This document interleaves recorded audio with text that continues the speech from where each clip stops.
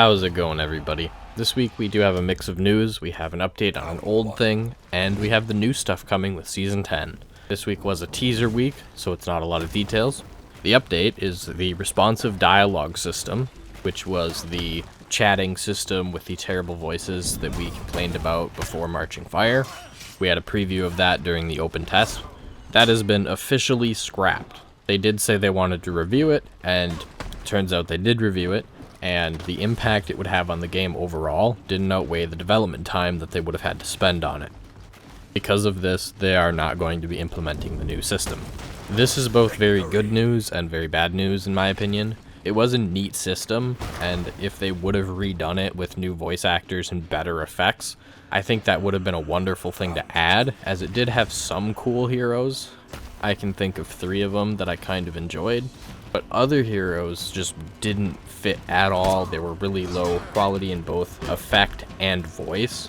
Things like the Warden were completely different, didn't fit the tone of Warden at all, so it was like getting a new hero, not so great. And on top of it being a new hero actor, it was also very low quality, both in the speech and in the effect that they were given to the helmet. Same thing with Conqueror. He sounded like he was screaming into a tin can rather than screaming into a helmet. I don't know if they actually used a tin can for that special effect or what, but it wasn't appealing at all, and I'm glad that that never happened. To be honest, maybe they actually did use real helmets and that's what they sound like, and I'm just used to Hollywood, but I would not like to listen to that repeatedly every time I play For Honor. So after that mixed news there, we have something very exciting, which is new executions this week. These are really cool. As always, they're very visceral and very meaty. They've done a wonderful job on them every single time. These are in-game now, so if you want to pick them up, you can jump in, pick them up for 7,000 steel, and these are available for all heroes.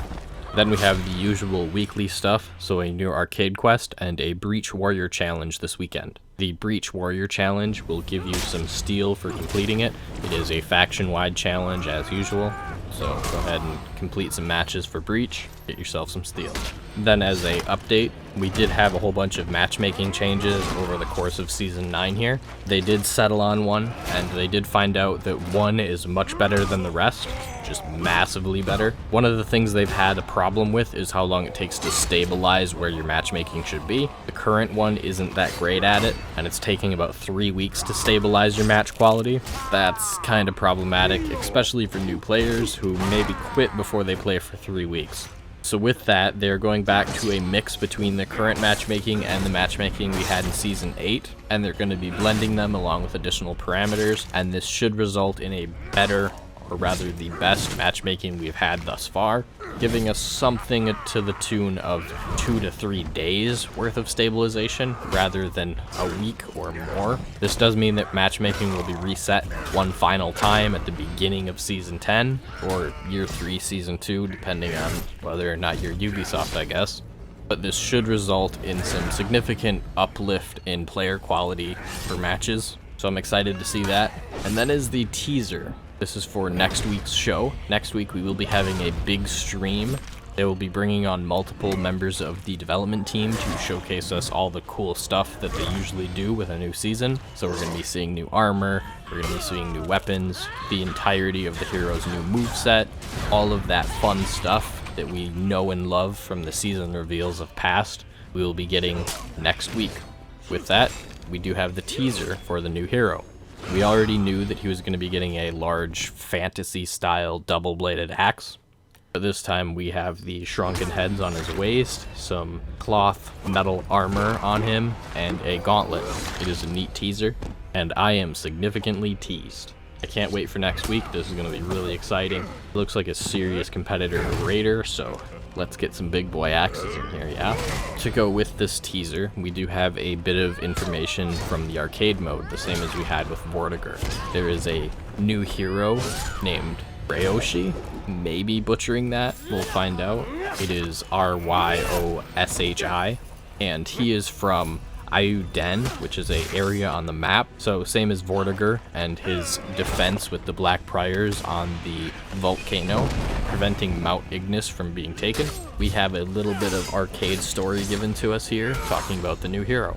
This may or may not be the new hero, but Who knows? We have a slight bit of information there with Ryoshi, so maybe. I did see some people talking about this. Apparently Ryoshi means hunter in Japanese, so maybe that's the name of the class, maybe that's just a face of the character, similar to how Vortiger is the face of Blackbriar, and Urzabet as well. And in addition to that, we have a Ubisoft accidental text thing that they posted on Twitter, referring to the new hero teaser as Sakura. Maybe that's the female name. We don't have any confirmation on that again, but that is the file name for the teaser that they have uploaded, is Sakura. Hopefully we get a trailer next week Tuesday that will give us a cinematic about this new upcoming hero with the full details on Thursday, similar to how we had with Blackbriar. But so far, this is what we know, is we have this teaser, and we have this name, and we have this location. I'm curious as to what event happened in Ayuden, because who really looks at the faction war map and location names? That does cover all of this week's news and For Honor. As always, thank you for watching. I hope you have a great day, and I will see you on the battlefield.